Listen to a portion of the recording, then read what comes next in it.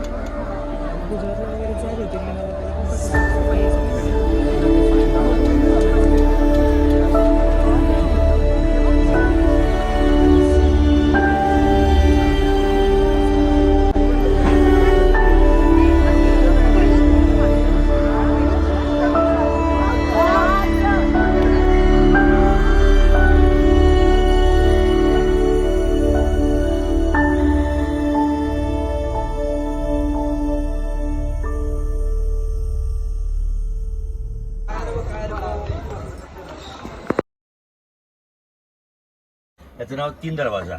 म्हणजे याचं बांधकाम कसं आहे मध्ये शिसमध्ये शिस लोखंडासारखं असं तिथे शिस वितळायचं. वितळाय म्हणजे एक प्रकारचा लावारस. तो जर इथं पडला तर इकडून बाहेर पडतोय. संपूर्ण लावारस ते तयार म्हणजे वितळायचा आणि त्याच्यामध्ये गुळ आणि चुना मिक्स करायचा आणि ते ह्याच्यावर ओतायचं आणि दगड बसवायचा. काय अच्छा, त्याचं बांधकाम आहे. चुना, गुळ आणि शिस त्याचं हे बांधकाम आहे. त्यामुळे ती बांधकाम भक्कम आहे. सगळ्या किल्ल्याला बांधकाम तेच आहे. ओके. तर तुम्हाला आणखीन एक महत्वाची बातमी सांगतो, ती म्हणजे शिवाजीराजे कोणत्याही किल्ल्यावर जास्त दिवस राहिले नाहीत, परंतु या किल्ल्यावर 3.5-4 महिने त्यांना राहायची पाय आली. त्याचं कारण का? राजे ज्यावेळी वरती होते त्यावेळेला सिद्धीज्वारानं वेळा टाकला. 4,000 सैन्य त्यांना पकडण्यासाठी आलं होतं. बरोबर. तर झालं काय, राजे काय खाली गेले नाहीत, त्याला वरती यायला जमलं नाही. तर त्याने काय केलं, खालून 3 तोफाचे गोळे मारले. हा दरवाजा पाळायचा आणि वरती घुसायचं. परंतु बांधकाम मजबूत असल्यामुळे अजिबात त्याचा काही फायदा झाला नाही. गोळी मारून त्याला काही उपयोग झाला नाही, काय नाही. मग त्याने काय केलं, आपला विडा उठवला नाही, काय नाही. शिवाजीराजे खाली गेले नाहीत, काय नाही. त्यानंतर कालांतरण झालं काय, महिना झाला, 2 महिने 3 महिने झाले, राजे खाली गेले नाहीत, त्याला वरती यायला जमलं नाही. नंतर काय आलं, वरचं धान्य संपत आलं. वरचं धान्य संपत आलं म्हणल्यावर आता धान्य खालून आणा पाहिजे. खाली हा बसलेला आहे, मग आता काय करायचं? तर सेम टू सेम त्यांच्याकडे दिसणारा शिवा काशीत नावाचा एक तरुण, त्याला काय केलं, आपली कवड्याची माग घातली, जिलेटोप घातला, संपूर्ण अंगारका त्याला घाला लावला आणि त्याला काय सांगितलं, गडावरून एक फेरप्रकार मारून ये म्हणून सांगितलं. गडावरून फेरप्रकार मारत असताना काय झालं, आपल्याच मावळ्यांनी मुजरा केला शिवाजीराजे समजून. मग राजे काय म्हणले, आपलीच मावळी ह्याला ओळखत नाहीत, याला सगळे शिवाजी महाराज समजतात, तू कसं ओळखणार? बरोबर. सिद्धीज्वार काय सांगितलं, मी त्याला शरण यायला म्हणून सांगितलं आणि त्या शिवाकाशीला पालखीमध्ये बसवलं आणि त्याला खाली पाठवलं. खाली पाठवलं, सिद्धीज्वार एकदम खुश झाला. शिवाजीराजे आपल्याला शरण आल्यात म्हणल्यावर त्यानं आपला विडा उठवला. त्यावेळी राजे इकडून विशाखाला पळून गेलेत. त्यांच्याबरोबर फुलाजीप्रभू देशपांडे, बाजीप्रभू देशपांडे हे होते. तर ह्यांना माहिती होतं, त्याला कळणार की आपला पाठला करणार. तसं झालं. सिद्धीज्वारला काळ हा नकली शिवाजी आहे. इतिहासात पहिला दिवस असा की एका दिवशी 3 रत्न गेले. एक कोण, शिवाकाशीत, दुसरं म्हणजे फुलाजीप्रभू देशपांडे आणि बाजीप्रभू देशपांडेचा भाऊ फुलाजीप्रभू देशपांडे. तर ही पोहून जाताना झालं काय, मध्ये एक खिंड होती, त्याचं नाव घोडखिंड म्हणजे काय, एकच घोडा जाण्याजोगा, एकच घोडा जायचा अशी ती खिंड होती आणि ती एकच वाट होती. मग बाजीप्रभू देशपांडे काय म्हटले, जोपर्यंत तुम्ही विशाळगडावर पोहोचत नाही तोपर्यंत तुम्ही शत्रू सोडत नाही. मग राजे पुढे गेलेत विशाळगडाला पळून काय, आणि बाजीप्रभू देशपांडे काय सांगितलं, तुम्ही तोफीची सलामी द्या, 3 तोफीची, त्यावेळी मी समजेन तुम्ही वरती पोहोचलाय. बरोबर. मग बाजीप्रभू देशपांडेनं अर्धा दिवस तो खेळत होता. काय साहेब, अर्धा दिवस खेळत होता. बरोबर. तर मूवी त्याच्या पण आला हातात त्याच्यावर. एक तलवार 16 किलोची तलवार आहे. 16 दुनी 32 किलो, 2 ते 32 किलो घेऊन अर्धा दिवस केला होता तो. त्याच्या अंगावर जखमा भरपूर झाल्या. त्याची हो. अर्धी मान तुटली होती, तरी त्यानं आपला प्राण सोडला नाही. ज्यावेळी राजेवरती पोहोचलेत शिवाजी राजे, त्यांनी तोपी सलाम दिली की मी तर पोहोचलोय, त्यावेळी त्यानं आपला प्राण सोडलेला आहे. सोडला. म्हणून त्या घोडखिंडीचं नाव पावनखिंड पडलेलं आहे. त्याच्यामुळे पावन झाल्यामुळे. ती पावनखिंड इथेच आहे. हो, इथून एक 25-30 किलोमीटर आहे. आणि इथून विशाळगड नाही दिसत. नाही, सगळं दिसत नाही, विषय फार लांब आहे. बरोबर. लांब म्हणजे काय, हा इथूनच पावनखिंड 25 किलोमीटर. आतमध्ये फोटो काढायला चांगला आहे. मस्त फोटो काढायच्या ह्याच्यामध्ये. तुम्ही जाऊन बसले. मस्त माहिती दिली.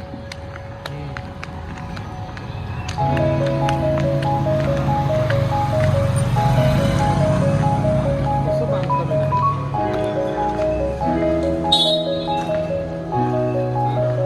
चला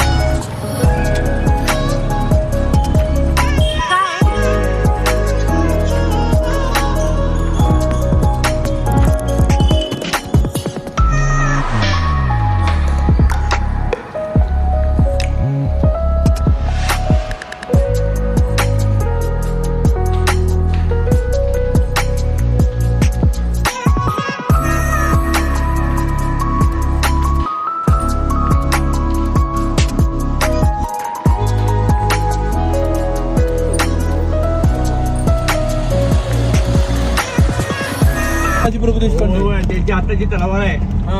ही 16 किलोची तलवार आहे. एक तलवार 16 दुनी 32 किलो. अहो, त्यांची height होती किती कुठे. सो दर्शन करून झालं आमचं आणि आता आम्ही आलोय पन्हाळा गडावर. पन्हाळा. आणि पन्हाळ्यावरून व्ह्यू, माय गॉड, का असेल यार त्यावेळेसचे मावळे. हा एक पॉइंट आहे. असे 8 पॉइंट आहेत ना रे टोटल. Total 8 point. वरती बंद आहे. तिथे वरती बंद करून फोटोज छान येतील इथे. आता आम्ही पन्हाळगड फिरणार आहे. त्यानंतरचं नेक्स्ट लोकेशन बघूया काय आहे. आमचं अंबाबाईचं दर्शन झालंय सकाळी. त्याच्यानंतर काय ज्योतिबाला जाऊन आलोय. ज्योतिबा जाऊन आले, अंबाबाई झाले. आता हे शाहू पॅलेस जायचं होतं. रंकाळा तलाव आहे. अजून कुठं आहे, नरसोबाची वाडी उद्या आहे. नरसोबाची वाडी उद्या करणार आहे. अजून एक शंकराचं मंदिर आहे, ते पण खूप पुरातन आहे. बघूया होतं का ते. सो असे प्लॅन्स आहेत. बघूया जे जे आम्ही फिरू ते तुम्हाला दाखवू. ज्योतिबाचं जास्त दाखवता नाही आलं कारण ज्योतिबाला खूप गर्दी होती त्याच्यामुळे. आता चला फोटो काढूया.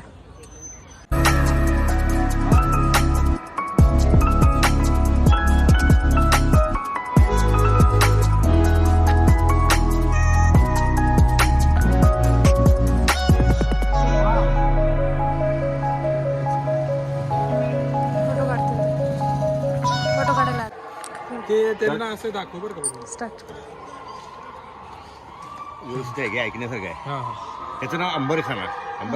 अंबरखाना म्हणजे धान्याचं कोठार, धान्य साठा करण्याचं कोठार. तर अशी 3 कोठार आहेत. तर याचं नाव गंगा, त्याच्या पलीकडे यमुना आणि सरस्वती. गंगा, यमुना, सरस्वती 3 कोठारांची 3 नावं आहेत. अच्छा. हे राजा भोजने बांधलेलं आहे नंतर. 2 नंबर राजा भोज याने ते बांधलेलं आहे. अच्छा. ज्यावेळी बांधकाम केल्यानंतर बांधकाम पडलं गेलं, पुन्हा बांधकाम केलं, पुन्हा पडलं गेलं. तर असं का होतंय म्हणून त्यांनी काय केलं, आपला दरबार भरवला. दरबारमध्ये ज्योतिष, पंडित, ब्राह्मण हे सर्वांना बोलून घेतलं. आपल्याला धान्याचं कोठार तर बांधला पाहिजे. वरती 1000-2000 सैन्य असायचे. त्यांना धान्य म्हणजे अनाज खाण्यासाठी, धान्य साठा करण्यासाठी कोठार बांधायला पाहिजे. मग कोठार पडतंय का, त्या ज्योतिष पंडित यांना विचारलं. तर त्यांनी काय सांगितलं प्रेग्नेंट असलेली लेडी म्हणजे पोटात बाळ असलेली लेडीची तर जिवंत गाणार पाहिजे. मग त्यांनी काय, आपल्या राजाने काय केलं, अख्ख्या गावामध्ये दौंडी पेटवली पन्हाळगडावर की अशी लेडीज पाहिजे म्हणून, पोटात बाळ असलेले. तर त्यावेळी जातीनं तेरेजी असणारी, तिचं नाव गंगा, गंगू तेली, ती स्वतः तयार झाली. आणि तिथे पोटात बाळ असताना तिला या ठिकाणी जिवंत गाडण्यात आलेलं आहे. या समोर दगड काय बोलतो तिथे जिवंत गाडण्यात आलेलं आहे. त्यानंतर बांधकाम पूर्ण झालेलं आहे. दसरा सण असतो त्यावेळी याची यात्रा भरती मोठी. मग ते असं का बरे हा तर मग सांगतो त्यावेळी बळी देण्याचा बळी प्रकार देण्याचा प्रकार होता प्रकार होता. त्यावेळेस. हा पण तुम्हाला एक म्हण माहिती आहे बघा, कहा राजा भोज कहा गंगोतेली, ती म्हण अच्छा. याच्यावरून पडलेली आहे. तिने अच्छा. आपलं बलिदान दिल्यामुळं हा. हे बांधकाम पूर्ण झालेलं आहे आणि राजा भोजपेक्षा ही श्रेष्ठ ठरली. अच्छा. तिने बलिदान दिलं नसतं कुठं बांधकाम झालं नसतं. आता याला 600 वर्ष पूर्ण होऊन गेलेत. अजून जरा आपण कुठं टोका गेला नाही, काय झालं नाही. आता आतमध्ये दाखवतो या. म्हणजे आपल्या शिवाजी राजांच्या अगोदरची का? का राजा भोज का गंगोतेली ते ह्याच्यावर म्हणून पडलेले का अच्छा. मग हे शिवाजी राजांच्या अगोदरच आहे का? राजेने कोणताही किल्ला बांधलेला नाही, सगळे किल्ले जिंकलेले आहेत. जिंकलेले हा हे तुम्हाला माहितीच नाही. रायगड बांधला होता रायगड तुम्ही बघा बघितलं ते? नाही एक नंबर आहे रायगड. पण तो बांधला ना खूप बांधला तेव्हा. तो आपल्या यांच्या अंडर बांधला ना. रायगड बघा एक नंबर आहे. इथं शूटिंग घ्या, दाखवतो मला इथे.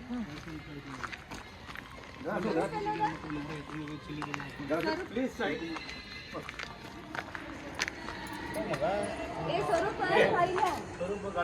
वा. हे दरवाजे पॅक असायचे आणि ह्यांच्या निम्म धान्य भरलेलं असायचं.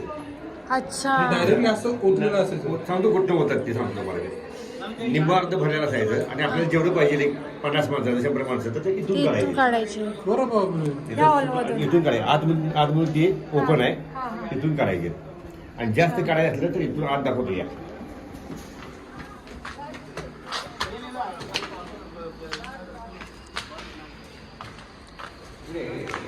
जास्त काढायचं असलं तर इथून काढायचे त्या इथून. अच्छा. दिसते का? हा या हॉलमधून आणि ना. तुम्ही ज्या बाहेर पायऱ्या बघितल्या ना, हा. ज्या बाहेर पायऱ्या बघितल्या त्या पायऱ्यावरनं चढून वरती जायचे मावळे आणि वरनं धान्य होते बघ. तेव्हा ही भोक आहेत ना, हा. त्याच्यावरून धान्य ह्याच्यामधून होतायचे. अच्छा वरतून होतायचे. हे खाली होतायचे, हे भरायचे धान्य. भरायचं. मग हा. तुम्ही म्हणाल पावसाळ्यात वर खाली पाणी पडते नाही, मग त्याच्यावर टोपलीवर का ते घालायची हा. त्या दिवशी पण पावसाळ्यात तेवढं. हे आता इकडे मस्त टेक्निक होती ना. काय बघ ना. एक मिनिट. आता त्यावेळी खांब बघा, एक मिनिट. एक खांब बघा. हा. असं बघा, तुम्हाला एकही खांब लाईन म्हणजे बाहेर दिसणार नाही. एका लाईनीला सगळे खांब पाहिजे. बरं घेतलं का? अच्छा. तुम्हाला दिसते की बाबा एक तर खांब दिसतो बाहेर हा. एका लेवलला. आणि कमानी पण सगळ्या कमानी जेवढ्या आहेत एक सुताचा फरक नाही कुठलीही कमान. फक्त ह्या मधल्या पण आणि ज्या साईडच्या कमानी आहेत ना, या साईडच्या कमानी त्या पण एक सुताचा कसं बांधकाम या इकडे. त्यावेळेसचं बांधकाम. आता आपल्याला इथून जायचं इकडे आपण. आर्किटेक्ट असेल ना त्यावेळेस.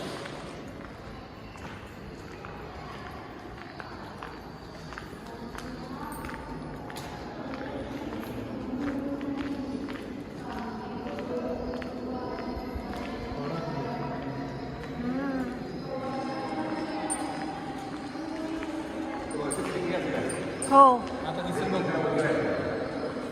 दिसतात ना त्याच्यातून हे होतं.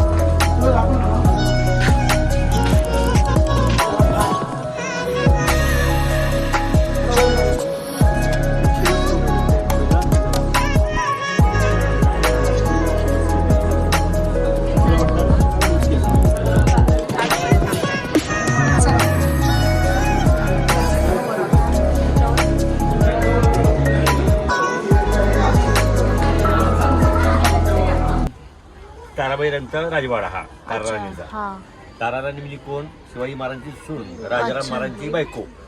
तोफा बघ तिकडे आहे. संभाजी महाराजांचे भाऊ. कोणता? ते वाड्याचा. तो लहान मुलगा. का? तुझ्या हॉटेलला